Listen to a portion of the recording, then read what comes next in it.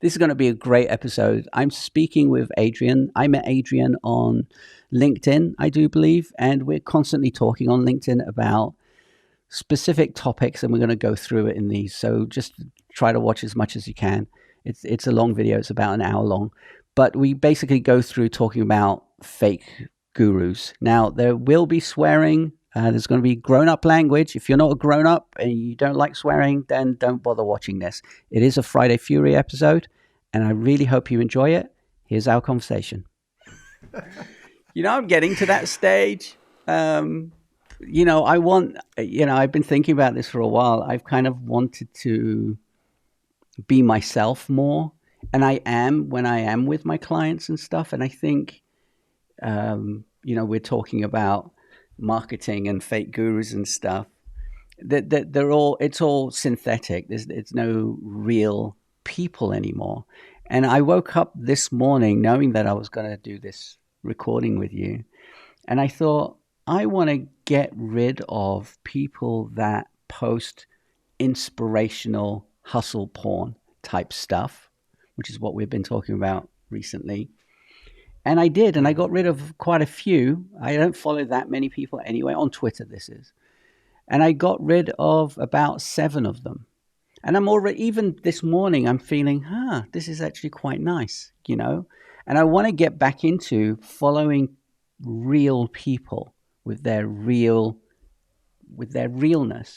And when I started doing my videos originally, I didn't want it to be produced or anything. I just wanted it to be me in front of the camera, right? And the whole black and white thing came, we talked about this last time, right? So listeners who are listening in, we recorded this last week, and the app that we were using, Welder, I'm not naming and shaming, it was just shit. And it fucked up my mic, and it fucked up the transcription. So just letting you know, that's why we're doing this again. So yeah, it's a meta, actually. We're going meta because we're recording about the recording, right? We're recording about the recording, yeah. Oh, that really irritated me. But yeah, I wanted to follow normal people. When I did my videos, I didn't want it to be produced and stuff. So I just wanted to be me and do the ums and the ahs and stuff. Not too much. I mean, if you do it too much, then it sounds silly. You still gotta be presentable in a way. But I wanted to be me. My dog walks in now and again, or he walks down the stairs, and I'm like, oh, sorry, wait, he's walking down the stairs. I mean, why not? Because that's real life, right? Yeah. It's actually funny. I actually kicked my cat out of here because cats are different. Like, a dog doesn't just jump on the table, but the cat does it, and you're gonna see her like wagging her tail, like going around over here, like, what you got here? But the funny thing is that, so you mentioned that you were doing some like feed pruning, which is actually a topic that I have in Basecamp. So it's already like scheduled for recording. Okay. For my podcast, which is like how to make your feeds a little bit more valuable for yourself. And I actually saw your tweet, but what I wanted to tell you was that yesterday evening I was with my daughter at my computer, and I was showing her one of the latest videos that I've made, the latest episodes of the podcast. Yeah. And she was asking me like, since when are you doing this? Because she wasn't like very into what I was doing, and I'm like, since you were about 4, like I've done videos when you were 4. And she's like, show me. And I show her the video, and she's like, you look younger, you had more hair, you blah blah blah blah blah. And then we get into this talk, because she's like almost 9. Yeah. And she's a perfectionist, and I don't like that, and I don't like that because she resembles me a lot in that. Right.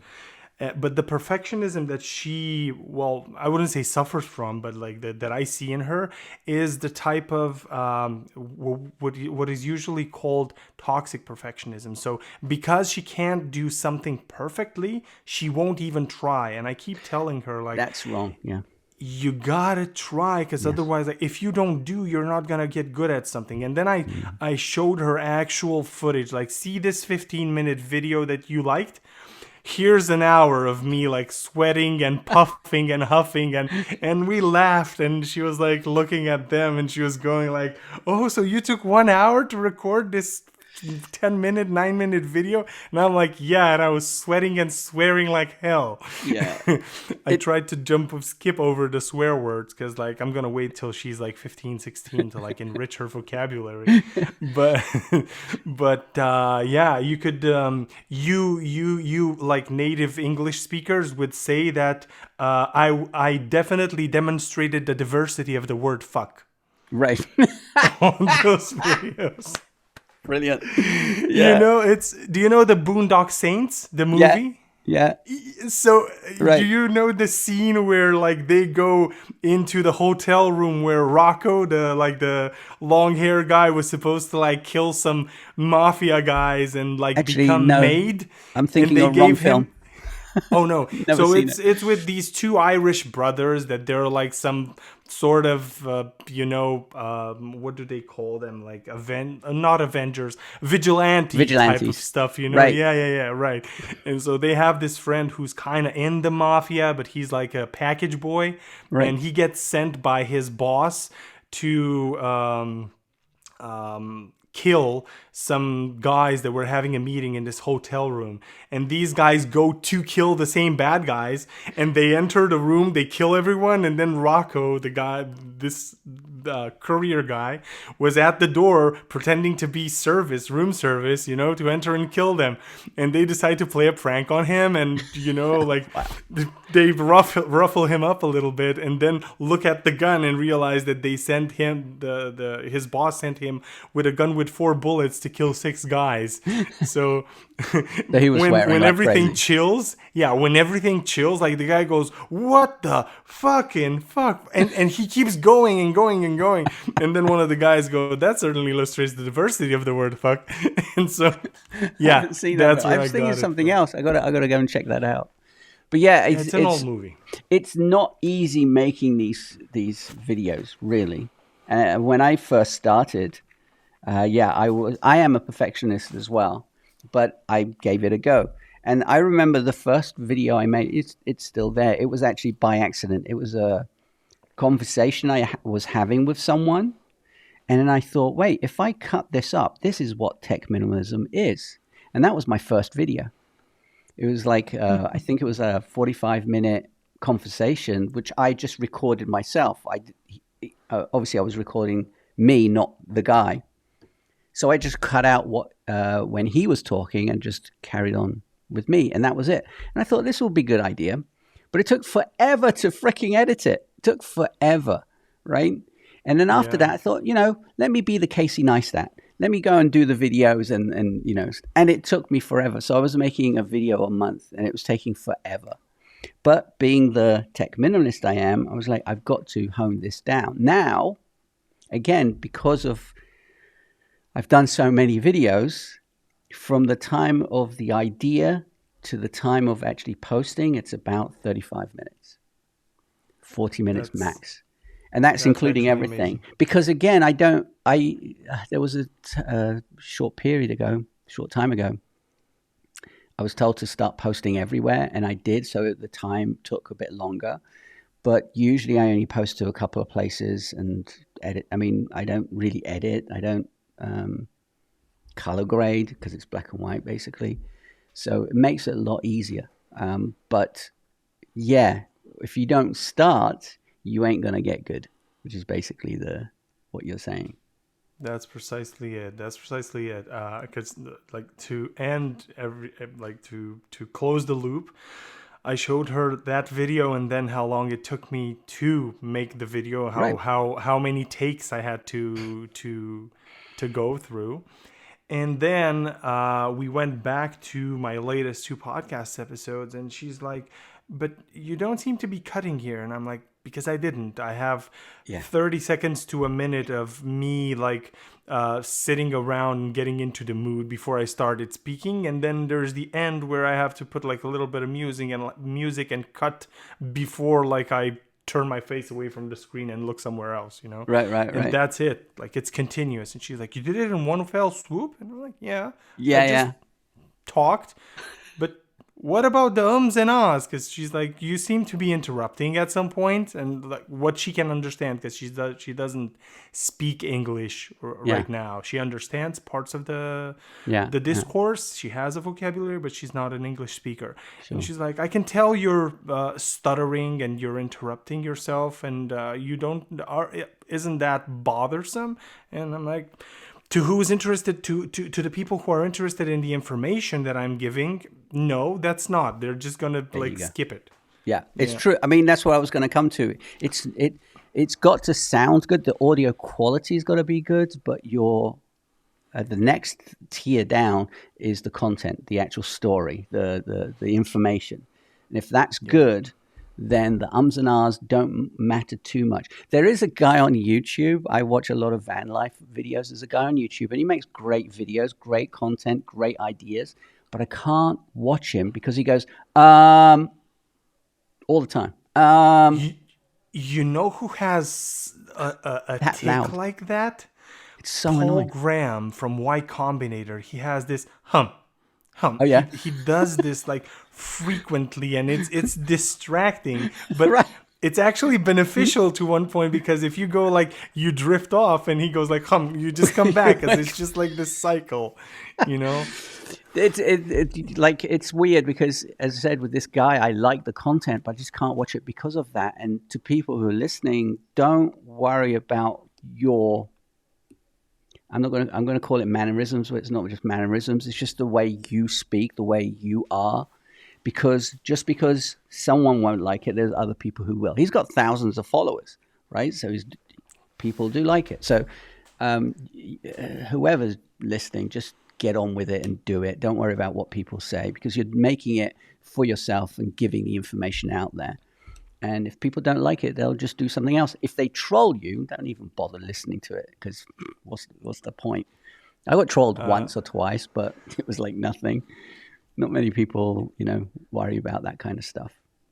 I guess it depends on how you take trolling. Like I was Yeah. also talking to someone, and he asked me, why are you doing these? I saw you. No, he said, I saw you're trying to become a content creator, so you might watch this and that and that. And I'm like, no, man, I'm not trying to become a content creator, because you don't see me going like, hey guys, No. welcome Oh, to my, and then, the clapping and the fist bumping and the the pub, zooming. snapping the fingers, all those ticks that content creators have, right? Yeah. I'm not doing it for that. I'm doing this to serve as a personal historian, so that when I do have to make up my success story, I won't. I mean, I'm gonna have the historian tell me like, no, no, no, that was a lucky guess. You were stupid over there. This is what you did wrong. You just kind of stumbled and fell into it halfway through. And I don't end up like inventing some hero story for people. Like, I've always knew. Yeah, No. yeah, yeah. No, exactly. Well, this is the thing. Why do I do it? I do it for. It was to start with content. It was kind of content marketing. It was like being top of mind, making videos. But then I realized quickly that I've got a lot more to say. So they kind of morphed into something else, into kind of ideas of simplicity and simplifying. Well, being a tech guy, simplifying your tech stuff and things like that.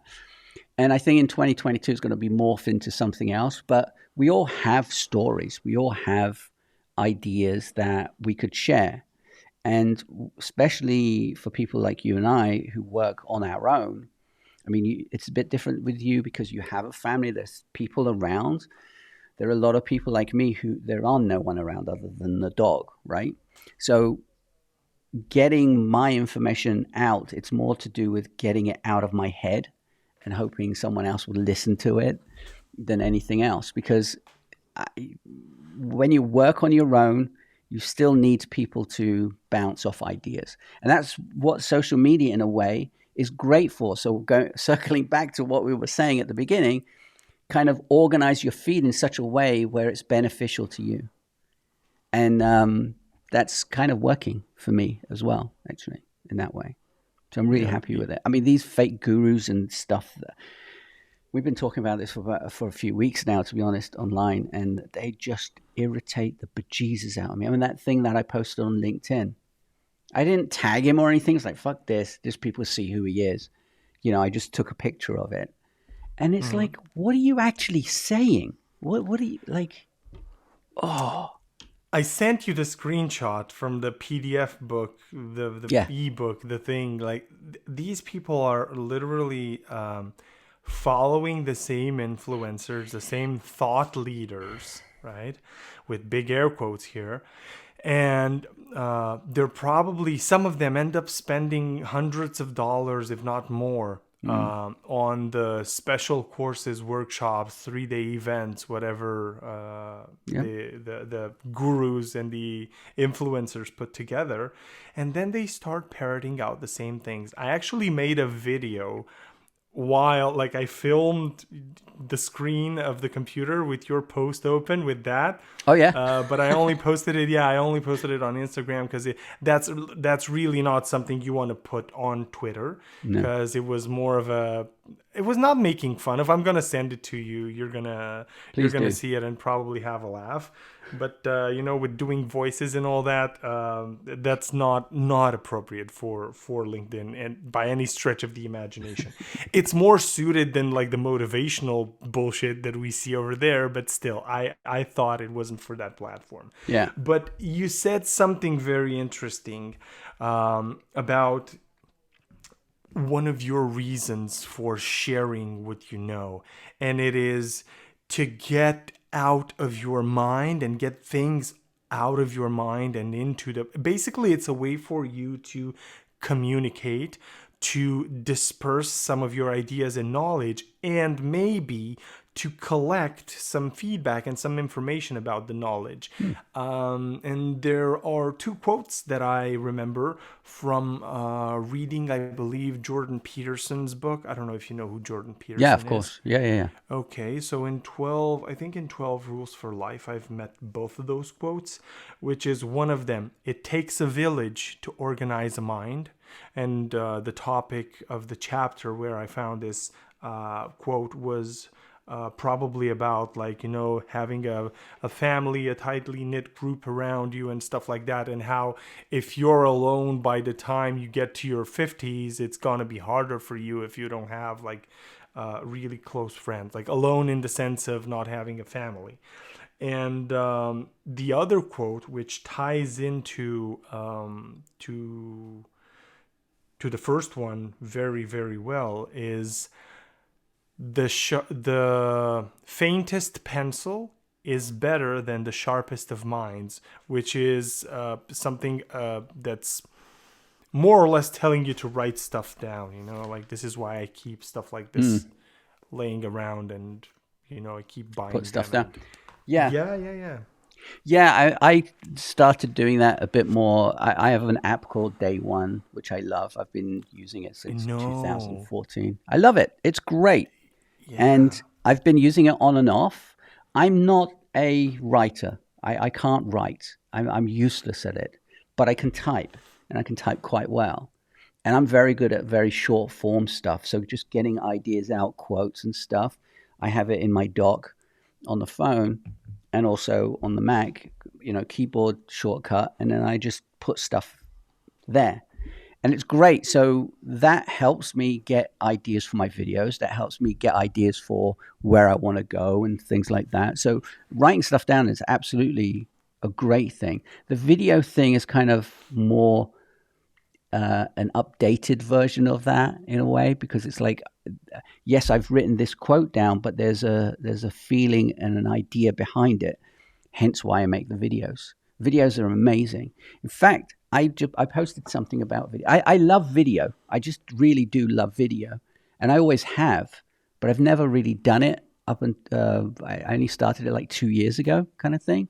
And I think the reason why it works well for me, or I carried on doing it in that way, is because I really enjoyed the idea of video in the past. I've had so many different types of cameras and stuff. So I've really liked video. And what I usually do, if someone emails me a question, or if I have a question, a support request, or a bug or whatever. This is what happens with. I found a bug in hay, actually. It's a really stupid bug, which I can't believe no one else has actually mentioned it. But you can create a note, but I didn't want the note, so I deleted it. It was deleted. I refreshed the page and the note was still there and I couldn't understand it. So I made a video and I explained it and I was like, is this a bug or a feature? Because sometimes they come back with it's a feature, which is really stupid. Yeah. So I made the video, sent the video, and they fixed it within 2 emails. They said, oh, we never knew about this, blah, blah, blah. And it's now fixed. We pushed a fix and it's now fixed. Because they saw the video, which is great because they actually said it and I screenshotted it and posted it. Really liked the video. It was great, blah, blah, blah. So video for me it's really, it really helps me communicate what I want to say. You want to know why? Because video, just the same as writing things down on a whiteboard, for example, respect the principle of show, don't tell. Don't tell. Yes. Yeah. I love that. Like yes. I learned it back in 2009, I believe. I found 2010. I think 2000, whatever, back in the Stone Ages. So when I read a book called The Back of the Napkin by Dan Rome, which is a book about visual note-taking, and the concept was there, show, don't tell. And then it got strengthened when I was following some tutorials on this web development tutorials website called, can I name them? Can I go for it? Yeah. Egghead.io, which is a great platform. I haven't used it for years, but they had pretty decent courses. And in their article for authors, if you're a course author, they would give you like, this is the hardware you need, this is how you set it up. Like their whole onboarding was an article. Right. And when they would tell you about the videos, how to structure them, this was the most important part. Show, don't tell. So this means that you have the code written and then you talk about the code. You explain after you show, after you reveal the code or after you write it, right? Right. And you summarize at the end always. And you don't start every video with, hey guys, today we're gonna learn about the blah blah blah. No, get straight into it. Yeah, I love that. If you can, if you're interested in that, although like your video, your style of video is pretty no BS, no fluff. So I don't yeah, it is no fluff. And you know, there's a hip hop artist, and I've got to find it. I've got to find it. I've got the 12-inch, and I've got to find it. And back in the late 80s, it came out, this record. I put the needle on, and it just came into the music. It was just beat. There was no intro. There was no pads, nothing. Beat. And I was like, damn, this is good. And whenever I make my videos, it reminds me of how I start my videos like that. Because I literally just get into it. Because the thing is, when you know, sometimes when you listen to podcasts, there's like 10 minutes of fluff of who are you, where are your links, blah, blah, whatever it is. And although the links go at the end, it's like fluff. Who the fuck is listening to this shit? I mean, there's no reason for it. The point is to get your point across, to have that conversation, and hopefully someone likes part of that conversation and they carry on with it and carry on listening to it. But to go through that fluff, it's irritating. A recipe they're using. Of course it is. But everything now sounds the same. Mm-hmm. Everything looks the same. Joe Rogan. Yeah, but this is the thing. Wants to be. But they're nowhere like him because he also just gets into it. It's only at the beginning where Joe Rogan podcast, blah, blah, music. Hey, how you doing? It's straight in. There's no bullshit with him. And it's always been like that with him. Right? So the point is to have a conversation and people like it. What's the point of giving all this crap? It's like webinars. We've spoken about webinars in the past. You get an hour webinar, 45-minute webinar, and it's like 40 minutes of absolute pure utter shit. And then 5 minutes of, you got to buy my course or you got to buy this. It's like, why am I here, you know? So I stopped looking at, basically, I'm stopping with all that crap. And I think everyone should. I guess this is why we're bothered about this. It's Very. because of recipes. So I don't know where I found this, but authenticity itself is not beneficial. I mean, if your authentic self is that of an asshole, oh yeah, right. Don't be authentic, right? right. So, of course. I mean, it has to be pondered.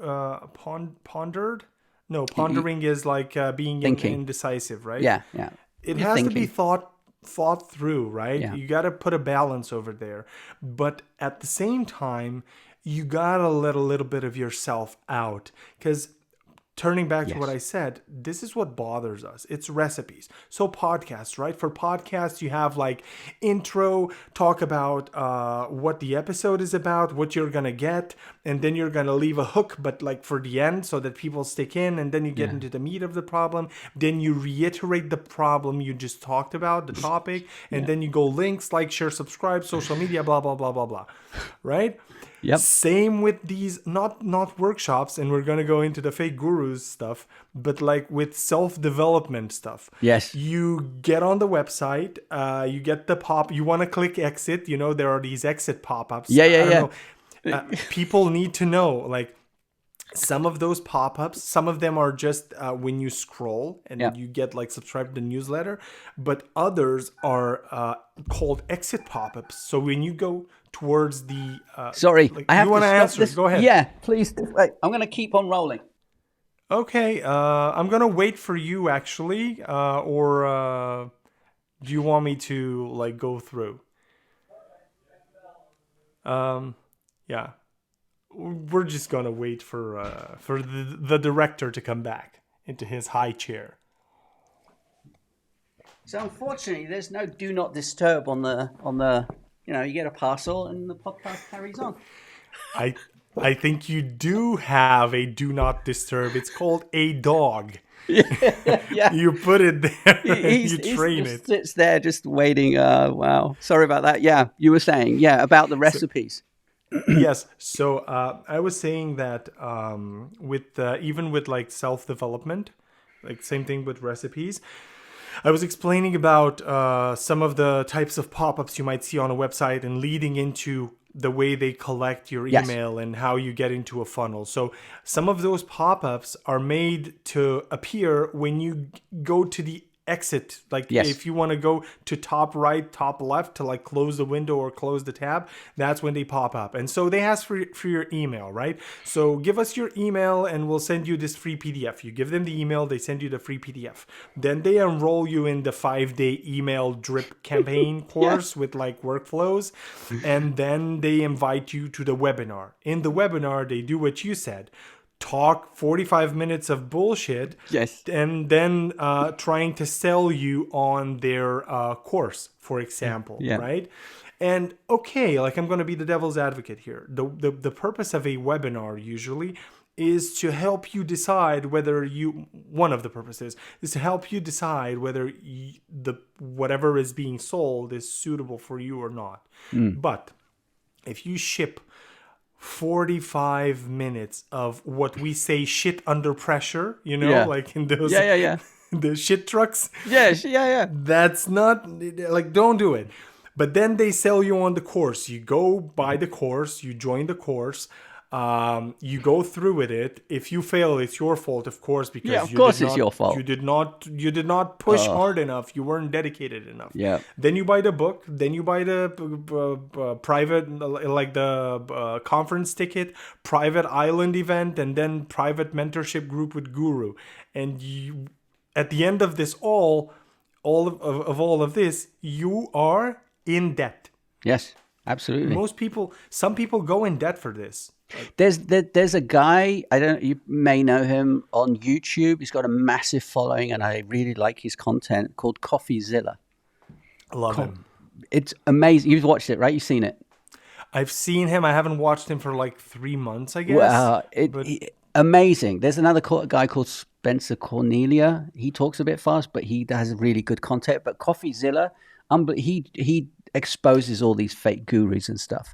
What I want to do with my Friday Fury episodes, which is what this episode is going to be. Actually, this is going to be the last video on Friday of the year. Yay! And what I want to do with my with my Friday Fury is kind of turn it into because right now it's basically what tech annoys me. What annoys me with tech? What SaaS companies annoy me? Why have they done it in this way? And I want to expand on that, basically. I really want to expand on that. And I want to bring in this whole fake bullshit that being sold out there, because sometimes they don't always call it webinars. They call it workshops. But in fact, it's actually just a fucking webinar. You're not learning anything, right? Or you're learning the most stupid, basic fucking shittery on there. Clubhouse is another form of webinar, basically, which I just stopped using because you get called. You make contact with people, they call you, and they just want to find out who you are and what you do. They're not buying anything, which is fine. You're not always there to sell anything. But just the way and the manner that they try to speak to you, oh, I'll be good for you. If you come into the clique that we're in, and maybe we can get the fuck out of here. And I've had a few of those kind of calls. And it's like, it just pisses me off no end that these fake motherfucking arseholes, cunts, just tend to want to gather all these fucking people, but not actually do any fucking work themselves. Do you see how irritated I am? I know. It's you can call it, instead of calling it Clubhouse, you can call it Clap House, because what they do is they want to clap your cheeks financially. Yeah, right. There's another thing that annoys me online. This is a rant episode, I think. Is this whole they call it build in public. This is your wheelhouse in a way. There's a difference between build in public, meaning you're showing. You're helping people. This is how I do it. Did I get it wrong? That's a bit different to when they say build in public and then they're posting figures and numbers and stuff. How fucking obnoxious that is. Exactly. Right? Yeah. So obnoxious. And it's like, why are you even bothering doing this? Why? For clout. For followers. Because people aren't going... Or I don't know how to put it. People are selling their grannies for clout. No, but I don't want to make it sound like a generalization. But like at the end of the day, generalizations start conversations. So let me say it like that. There you go. A lot of people go into business, and by that I mean even like start a side hustle. Yeah. Only from the judgment of how much am I gonna make? Yes. How much are others making? So if you say I'm building in public and you're publishing your numbers, what you're doing is you're gathering the flies who want to have a bite of that pile of shit. Yes. Right? So it's that's what it is on one side. On the other, on a different note, you do have guys like the guy who built Remote OK, Nomad List, and all that stuff. Peter Levels, I guess it's his name. I've heard of that name, actually. This guy has been public with absolutely everything he's built. He's had graphs, charts, whatever, everything, right? And he is kind of doing it to help you out. Like he's putting everything out there. Even statuses of like... cron jobs that are running and sending emails and I don't know, submitting new job postings to directories. Everything is out there. But yeah, that's why I think a lot of them are doing it. And I think it's a trend that I observed by listening to podcasts on like Indie Hackers, which is a podcast for indie hackers. Yeah. And there are a couple of other ones as well. Everybody who starts building in public, if not with the current project, with the next one, they're gonna like stop showing numbers and stuff like that, because when like there is competition over there, and it's easy to clone anything nowadays. If I want a website like yours, I'll have it by the end of the day, and it'll be up and with ads running, right? Yeah. So that's why you learn, right? With the first one, you build in public, but then you kind of learn to hide the numbers. You start talking in But like I mean, there. commas and zeros, and that's it. Yeah, exactly. But the thing is, there, as you said, I think there are two different reasons why they're building in public. One is to show off and clout to get numbers, and I think that happens way more than I'm here to teach you, Of course. right? Way more, and I think that's the bullshittery that's got to stop. Who's going to stop it? Because basically they're making money. What I think and what I feel, and I may be the minority here, is that being ethical on the internet will get you nowhere. That's how I feel. And I'm not saying, I mean, again, it's the generalization thing we're talking about, right? So if you look at what's going on the internet, the people who are shouting loudest, the people who are being complete, utter fucking fuckwits and arseholes are always making money. Look at Jake Paul, for instance. He's an absolute fucking bellend, but he's making money. They're making bank. Look at all this NFT stuff. I mean, seriously. Look at all the, I'm not saying all crypto, but, look at the crypto space, for instance. The people who are shouting the loudest, but there are people in there that are doing well, are doing, but the problem is the people who are shouting louder and making these god awful videos are making the clout, the following, the money, way more than the others. That's correct, and you won't be able to put a stop to this. No, of course not. I was having a conversation with I wouldn't say a friend. She's like an acquaintance, and she was reposting something from a financial education Instagram account, like that's gained popularity here in Romania. And what I wanted to say is that this is not gonna stop unless this like it's gonna go on until people get smart enough to realize that we can't all be rich and famous, and they're gonna spend their money on the shortcuts and on cutting corners and on the secret and the recipe and whatever, to no end, and they'll still be poor. And I was telling this person, like, do you like this account? And she's like, yeah, I love it. It's very valuable. And I'm like, I know the chick who's behind this account. She's a fucking web designer. She's not an investor. She's telling you how to split your stocks.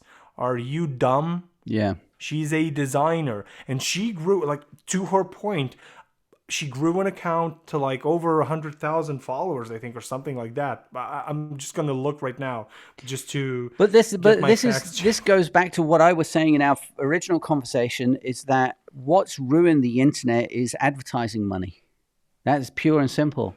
Because look at Google. They don't give a shit what kind of stuff you post. I mean, you've watched the CoffeeZilla stuff. Because these people, 100,000 followers and stuff, they're making loads and loads of money with the ads that are being. Now, if she's doing financial stuff, right, those finance people, crypto people, are spending loads of money on ads. And they get a portion of it. She's selling a course. Well, there is that as well, but that's the side hustle, right? The hustle is, let me get loads of clicks and loads of views on my YouTube channel. Eyeballs, yeah, correct. So that's my point. So I truly believe advertising has basically fucked up the internet and fucked up what's real and what's not. Like this woman, this girl you're talking about, who's a web designer making investment advice? What the fuck is that? Investment and financial advice, and selling a course on that. Crazy.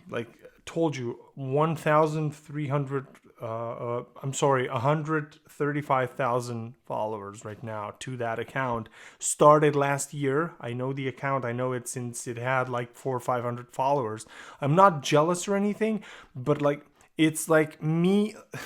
we keep saying like, listen to the specialists, look at the doctors about the vaccines and about this and that and the other. But then at the same time, like the same person yelling to me like, don't use your brain in your opinions, listen to the specialist, then goes to a designer and buys a fucking financial advice course, you know, and starts investing. And I'm like, you dumb.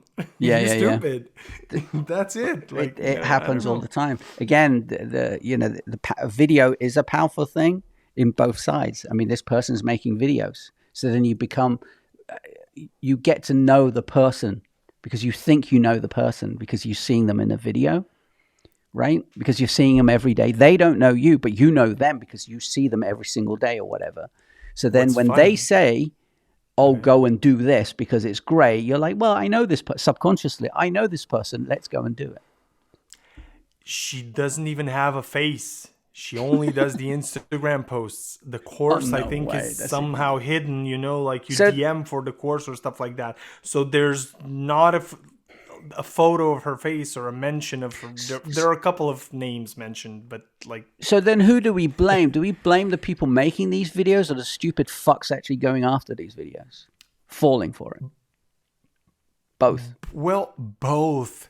I don't know. Like, if you're a communist, you blame the people who, or a socialist, you blame who's making the person who's making the video.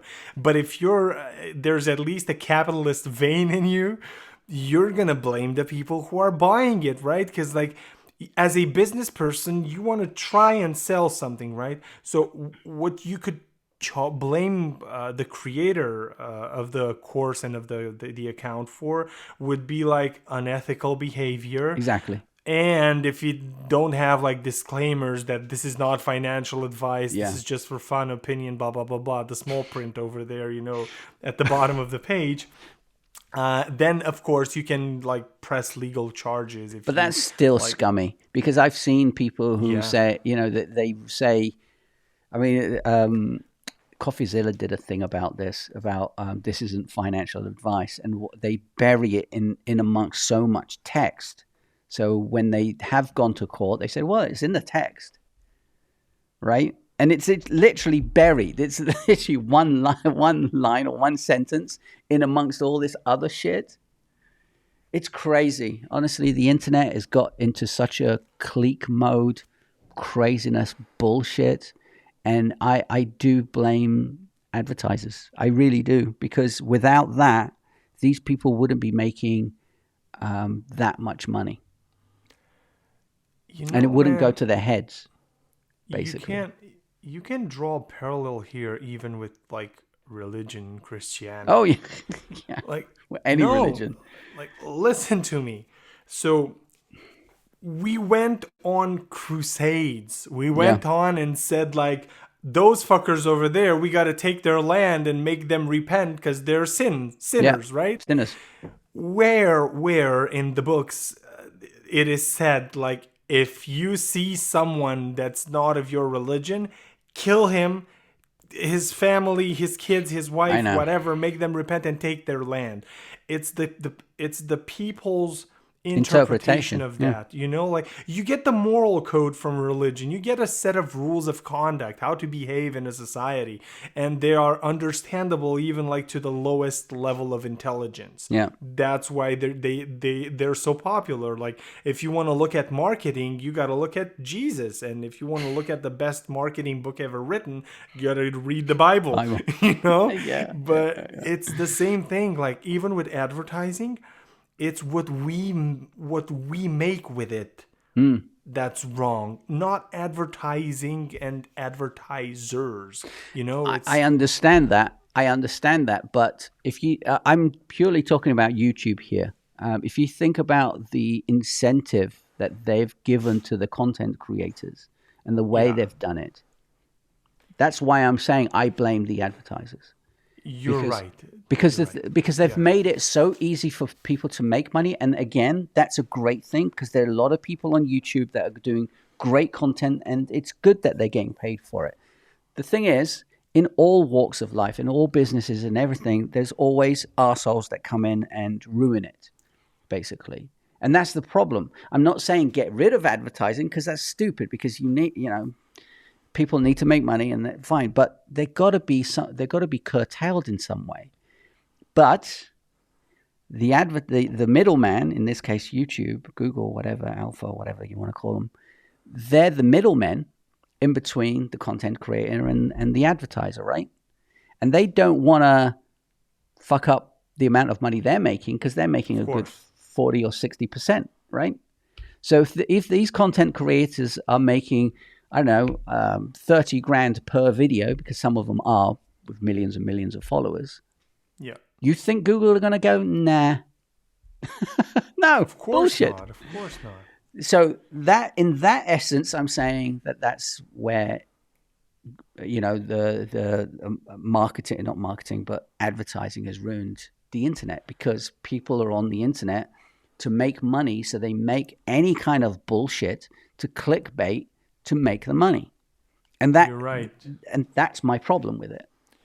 It's what YouTube and the internet itself has enabled is an era where people with no experience whatsoever in a given topic can teach you how to make money and become an expert at that topic. At that topic, yeah. They're called content creators. Yeah. They just spend their time on the trending page. They look at the trending stuff. Yeah. And they just do the same thing. Yeah. Oh, there's loads and loads of videos that are exactly the same. Down to, again, going back to the CoffeeZilla stuff, he's actually shown, 4 or 5 different videos, exactly the same thumbnails, exactly the same content, just exactly fucking the same. But again, what's enabling that? They're making money. Exactly. And that's the thing. So it just irritates me about this whole fake. And when I say fake guru, I'm putting pretty much everyone into that category who are complete fuckers on the internet. Whether you're posting an inspirational kind of thing, like the thing that I clipped and posted yesterday from that guy, it's like, from those people to people on YouTube and selling courses to the woman that you're talking about, who's selling courses on a subject that she knows absolutely nothing about. And I think a few weeks ago, I even posted something about, especially, and this happens a lot on Clubhouse, especially with LinkedIn influencers and stuff, LinkedIn experts. They read there are 2 types of experts. There's an expert who's done his fucking job for 30 years, knows what he's doing. People ask him a question and he can blurt it out, and that's an expert, right? And so if you're an expert in that field, you can become a coach, you can become a consultant, because you're a fucking expert in that field, in that content, in that subject, in that topic. What the internet has enabled, and I've noticed it a lot on Clubhouse, is when they call themselves an expert because they've read the press release from LinkedIn, so they know what's happening. And then they have a LinkedIn account and then just put LinkedIn expert. So whenever someone asks them a question because they don't know, rather than pointing them to the actual article, they will say, I'm the expert because I've read this, and come and hire me. That to me is charlatan. That's not a fucking expert. You just know more than the next person. It doesn't mean you're a fucking expert. It just means that you know more than the next person. An expert is a coach, a proper coach, has been through the whole rigmarole of his business, his or her business, and knows what they're talking about. It's not just reading 1 or 2 fucking articles, using the fucking product, and then saying, I'm an expert. Just irritates the bejesus out of me, that does. Really does. You know what's the thing? So I'm not the sharpest tool in the shed, right? Not the brightest bulb in the chandelier. We all are not. So so I kind of went back in 2011. I went through like a self-development overconsumption phase, and I read a lot of like the things that I consider right now to be like the bullshit staple, like the Yeah. staple books of Yeah. self-development, like the Think and Grow Rich, the Dale Carnegie shit, all of that. I've read that. Right. And I could not stomach it. Like, man, I'm gonna just get up and show you something. Go for it. So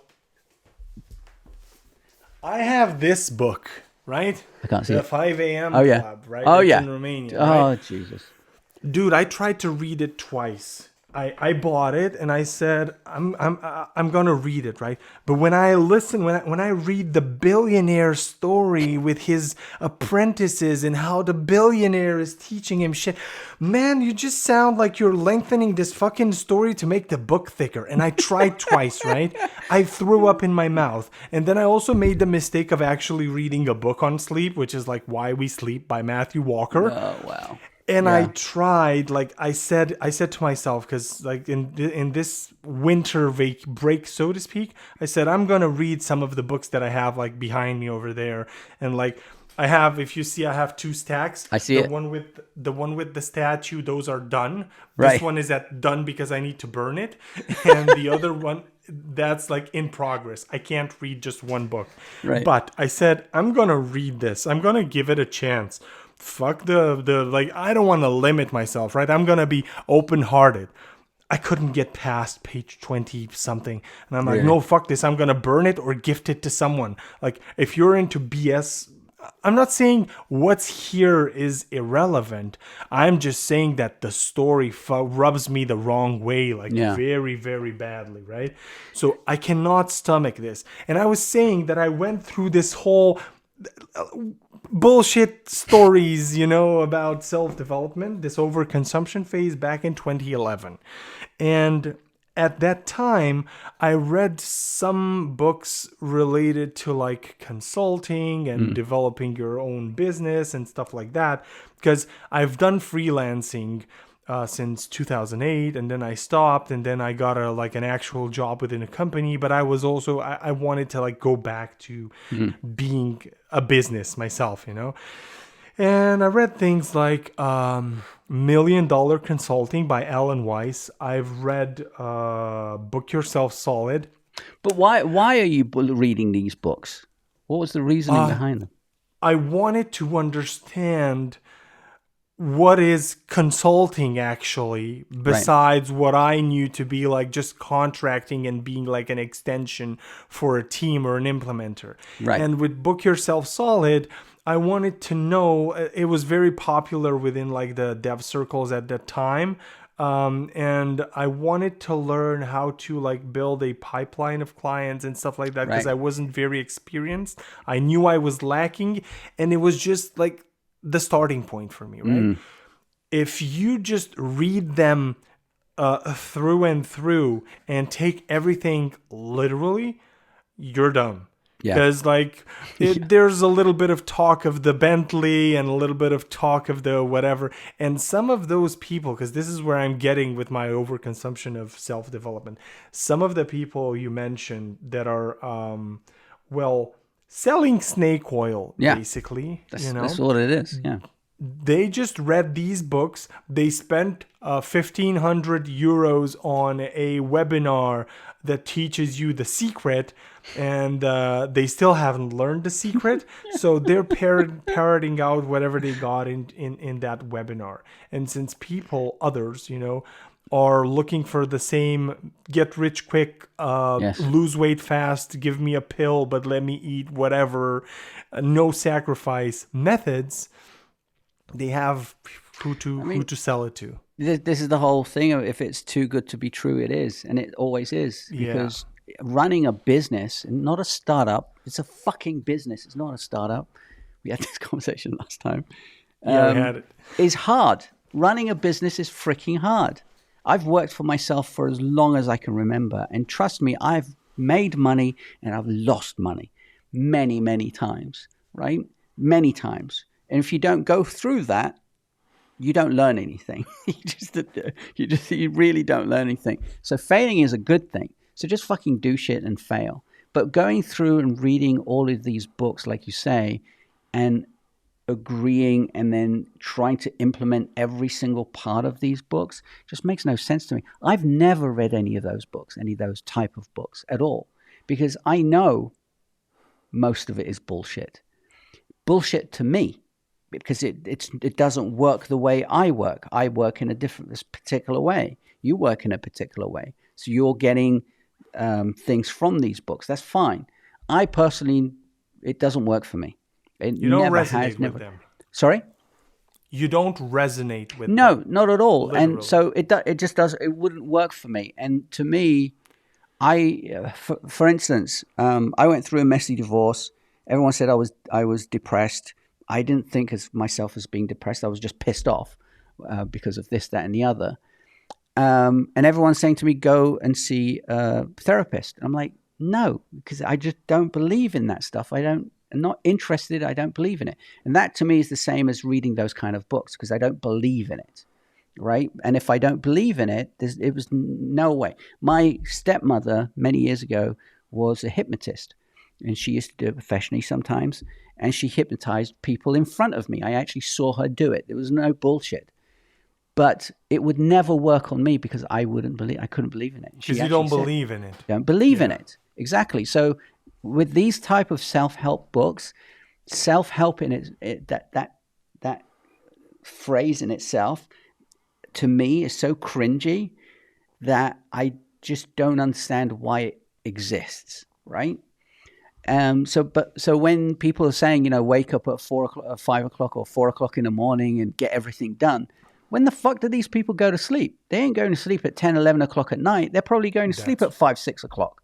So what's the difference between shifting the fucking clock the other way? I mean, it makes no sense. So then there's these hordes of complete fucking arsewits that wake up at 4 or 5 in the morning thinking I'm going to be a millionaire, and they do fuck all, because it's not the fact of getting up 5 o'clock in the morning. It's the fact of getting shit done during the day.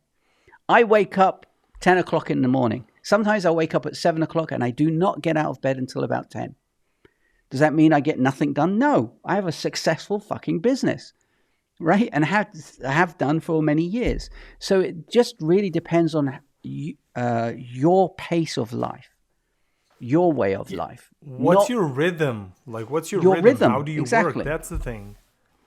Someone said to me, Elizabeth, she might be listening to this. She's a marketeer and stuff, and she has a membership site going. And I was thinking of doing it as well, and I did. It failed because I didn't really put any effort into it. And she, before I did it, she actually said something that stuck in my mind. She said, "You've got to create a membership site that works."